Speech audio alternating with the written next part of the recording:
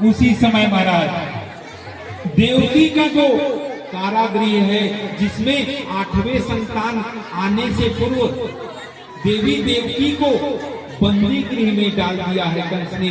उस कारागृह में एक अद्भुत दिव्य प्रकाश आ गया है, और उस दिव्य प्रकाश के साथ तद्भुतम बालकमम्बुजे क्षणम चतुर्भुजं शंख गदार युधायुधम श्रीवत्सलक्षमंगलशोभिकास्तुभं पीतांबरं सांग्रपयोदशोभगम्। देवकी ने देखा है महाराज कि भगवान के चतुर्भुज रूप को देखा है। भगवान शंख चक्र गदा पद्म धारण किए हुए, पीतांबरी पहने हुए देवकी के कारागृह में प्रकट हो गए हैं, और देवकी से कहने लगे कि तुमने बोले मेरी 12,000 वर्ष तक तपस्या की थी, और तब मैंने तुम्हारे पुत्र रूप में आने का तुमको वरदान दिया था। तब मैंने प्रश्नी के गर्भ से अवतार लिया, और दूसरे जन्म में कश्यप और अदिति बने आप।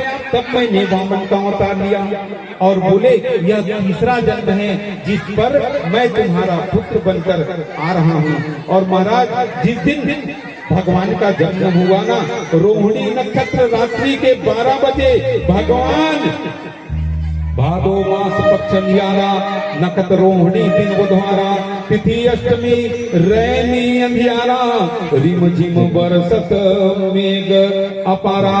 भगवान कृष्ण चंद्र जी का देवकी के कक्ष में अवतार हो गया, प्राकट्य हो गया। कृष्ण लला सरकार की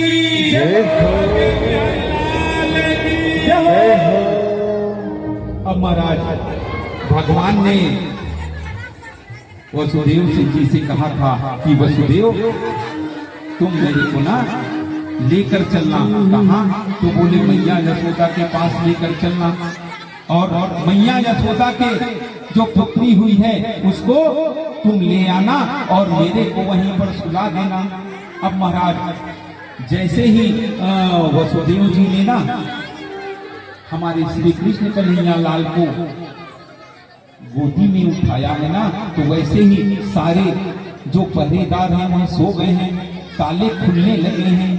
और महाराज यमुना नदी में जो वसुदेव जी हैं, वसुदेव जी जो हैं वह अपने लाला को लेकर चलने लगे हैं। यमुना मैया में बाढ़ आ गई है, और बाढ़ जब आई है तो वह किस लिए आई है? तो भगवान के चरण का प्रक्षालन करने के लिए आई है। और जैसे ही भगवान ने अपने चरणों को यमुना मैया में दिया है, यमुना मैया शांत हो गई है, और फिर वसुदेव जी जो हैं वह भगवान को,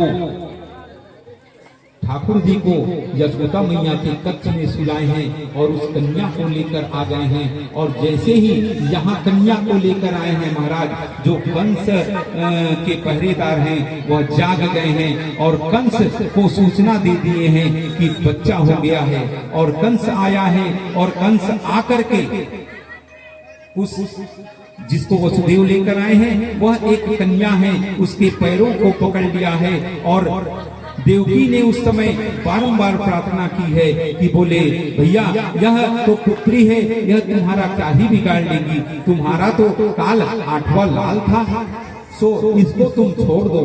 तब महाराज कंस कहता है कि चाहे जैसा भी है यह तुम्हारी ही संतान है।